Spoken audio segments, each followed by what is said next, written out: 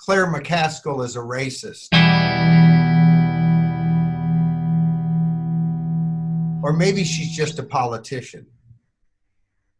Is there really a difference? And the reason I bring up Claire McCaskill is because our first commentary this week was about what she said on Meet the Press on Sunday. And the whole week has been racism and Trump's a racist and all about race, when I really don't think that the key issue with the squad and with Trump is race. I don't know what's in his heart. But on that program, she went after the squad, calling them out for, and basically this was her argument. They had attacked Sharice Davids, who is a congresswoman from Kansas. And to me, the important thing to know about Sharice Davids is she's a congresswoman from Kansas. But she also happens to be a Native American woman, one of the first, I think, two Native American women. There have been Native American men, but before her, and I believe there's one other congressperson, and I'm not sure what her name is. Everyone can go Google it.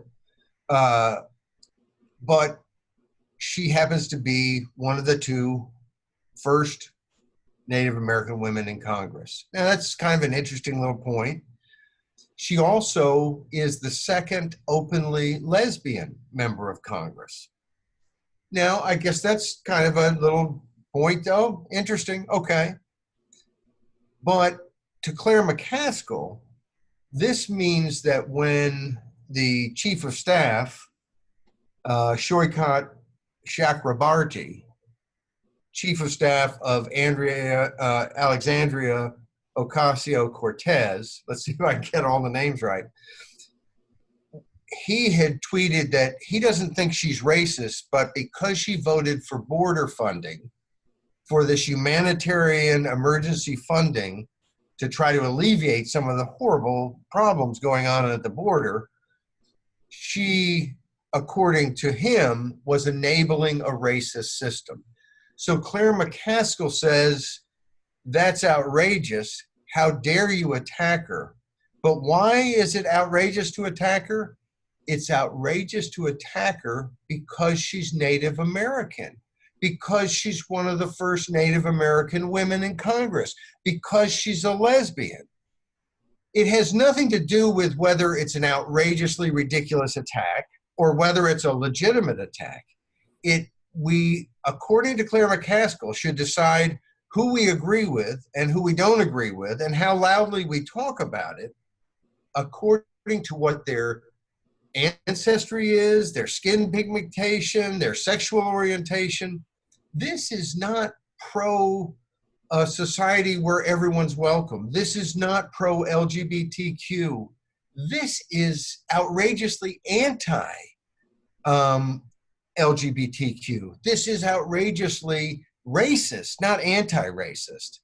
And of course, what's really behind it, I don't think Claire McCaskill is a racist so much as she wants to use that to block the attack because she wants that district in Kansas. In other words, she'll use race if it helps her politically. She wants Democrats to win, and she doesn't want Alexandria Ocasio-Cortez to get in the way or the squad to get in the way. So before Trump's tweets caught so much attention, she is attacking the squad as being outrageous on a completely racially based perspective. And that got completely lost this week. And as we finished, on Thursday, my commentary was about the True Squad, not me being the True Squad. It was about the squad and about Trump's statements. And I read the Washington Post every morning, and I hope that gets me the sympathy that I deserve for that. But it just is, every story about Trump's tweets are just come out and say they were racist tweets. Well, I think they were stupid, ignorant tweets. I think they were xenophobic, and people then say, hey, wait, they aren't from somewhere else. Well, xenophobia, concentrate on phobia. I'm not saying Trump's right. Maybe he's got a phobia, and maybe that makes him think that people are from somewhere else when they're not. And maybe he thinks they're from somewhere else because of their race, because of how they look. But I think for a major newspaper to just categorically say this is racist is a wild step too far. And I think what Trump was about is to not allow Nancy Pelosi to distance the Democrats from these democratic socialists. Two cases, both Ocasio-Cortez and Tlaib are proudly self-proclaimed democratic socialists. And of course, the other two, Presley and Omar, have pretty much all the same policy positions, but have not said they're socialists. But he wants to tie them together. Now, so I would not attack him as making a racist tweet because he said nothing about race. But I did attack him for making a stupid tweet and a nasty tweet.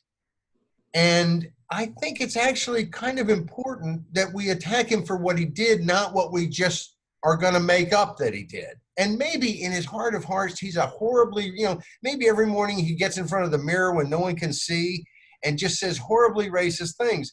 But why do we imagine something instead of attacking him for what he actually did? And I think what it does then is it creates this fight about race that reasonable people can say, well, there's nothing about race here. And it ignores the actual racism that's going on. In other words, Claire McCaskill, her entire argument was about race and about sexual orientation, and that somehow we have to judge people only on that basis. And that if you happen to be a lesbian, you can't be attacked. That's insane. And I don't, maybe I should use a different word than attacked. I don't want anyone to be attacked, but in a verbal sense, in a policy position sense.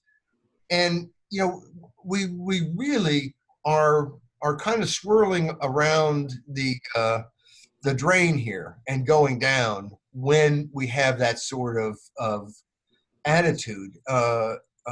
Representative Presley, over the weekend, last weekend, was at Netroots Nation and made comments about that we don't need brown people who don't have a brown voice. We don't need black people who don't have a black voice, as if there's all black people have the same voice or should say exactly the same thing politically, or they're not really black or they're not really brown. Again, that's a totally racist notion.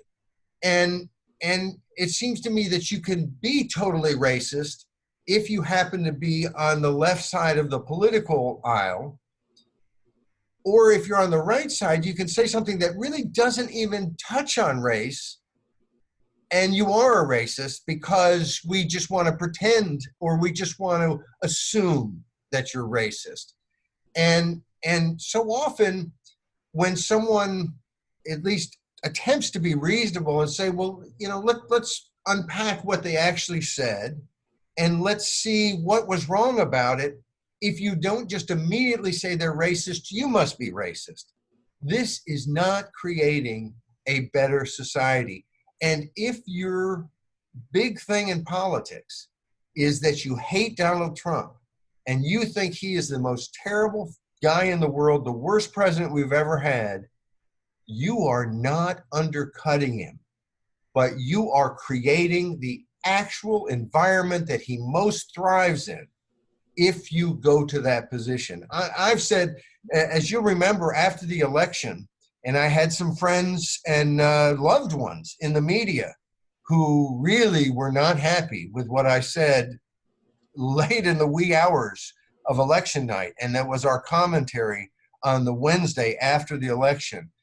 That commentary ended, I don't have it in front of me, I'm just recalling it, but I believe it ended with saying the media lost the election.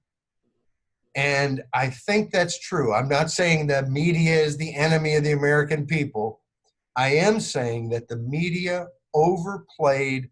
It got outside its lane of journalistic objectivity. We've long had the debate about, whether journalism has to be objective. And if journalism is upfront and says, here's where we're coming from, then I'm okay with that. As long as it's honest, I'm okay with it. It can say our slant is we're progressive or we're conservative, and that's how we see things. But when journalism pretends to be objective and is on one side, it undercuts their credibility. And I think Trump has played the media and played them well. And I think during the campaign, I did not want Trump to be president. I didn't want Hillary Clinton to be president either, let me assure you. But every day when I read the Washington Post, I found myself reading the stories and arguing with the tone and the over-the-top, writing that they were doing. And I think that they, in essence, convinced a lot of Americans that Trump was the change agent, that Trump was an outsider, because the national media, for the most part, I'm talking about the New York Times and the Washington Post and the major networks, MSNBC and CNN on cable, were totally anti-Trump, bashing him.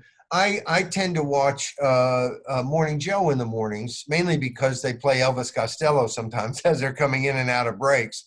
And, none of the morning news is that great.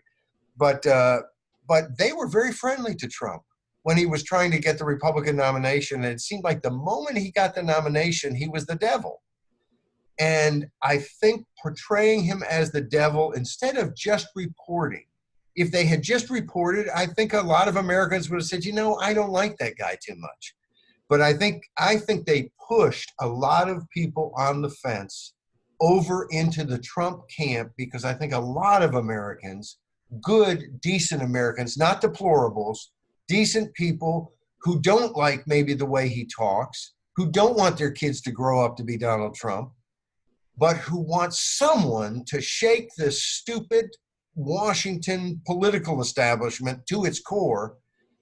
I think the major media convinced them that Donald Trump was that guy. And I think they continue to do it. And I think creating this everything's about race is a mistake. If he says something that's clearly racist, then report it. And people, I think, will recoil. If he says something that some people think really is a dog whistle or a trope or whatever, then report it. But I think the media is doing a disservice. And I don't say that because I think they're evil, terrible people. I don't think that. But I think they're making a very serious miscalculation. And I think that they're creating, he is not a dumb guy. He is smart in his communications. You don't get elected president with negatives that are like 60%. Unless you know how to play some judo when it comes to communications.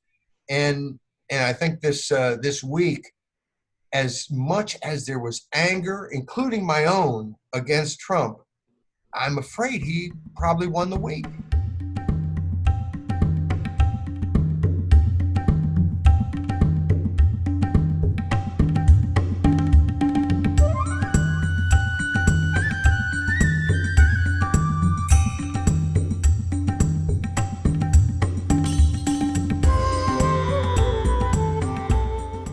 Read Paul Jacob every weekday at thisiscommonsense.com and sign up for his daily email newsletter.